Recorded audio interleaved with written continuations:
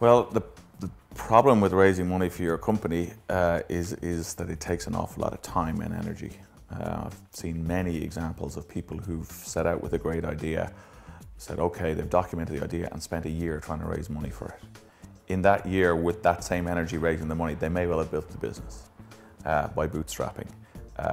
Some businesses you couldn't possibly start by bootstrapping. You just need more money. You need more than 2 or 3 people around you who could be hobbyists who evolve with you into a full-time role. I mean, there's nothing to say. You don't have to quit your job to start a business. You can do it from 6 p.m. till midnight for a year and you'll have a great business, potentially. I like bootstrapping. I've always bootstrapped in the past. The reason fundamentally is that you tend to own more of your company.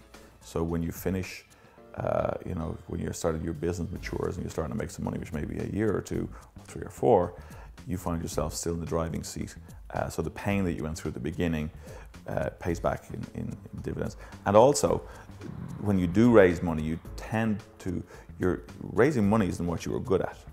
You either were in a space and you said, let's make this space better by building an online or a business around it. But it probably wasn't, you weren't in the fundraising business. So you're learning a new skill. Whereas if you just roll up your sleeves and get down to doing what you're good at, you get there quicker.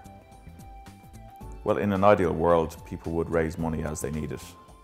Unfortunately, you can't go out every Friday and ask for more money. It's just too tedious.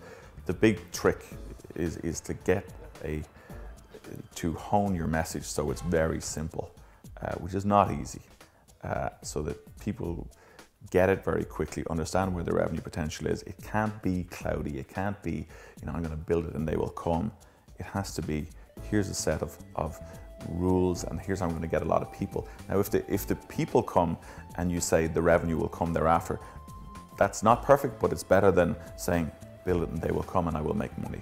So you've got to have a rational business that says there's a real reason why people would want to come and join this or buy my product.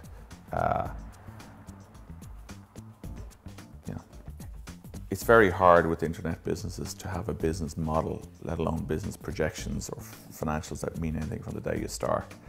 And I think people who invest in them or people who evaluate those businesses have to understand that.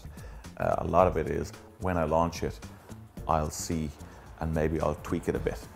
And the key point there is launch it as quickly as you can, even if it's going to do 20% of what your ultimate goal functionality is going to be.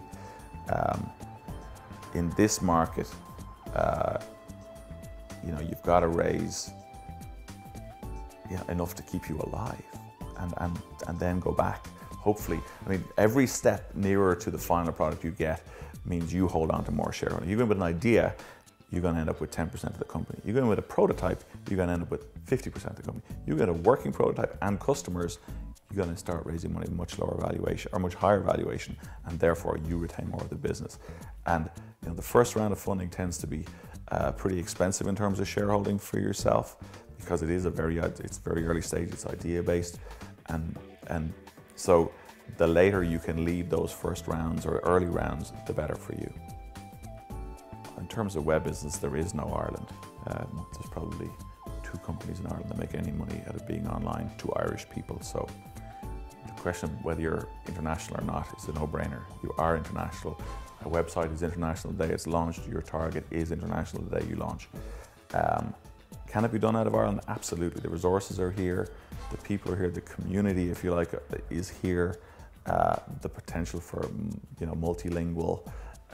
We are native English speakers. We do understand the culture. We're a perfect receptacle for American companies trying to get out of the States and getting into the EMEA, if you like.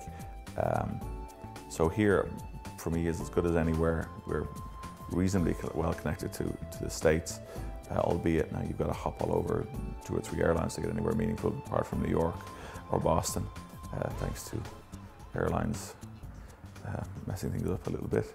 But yeah, 100%.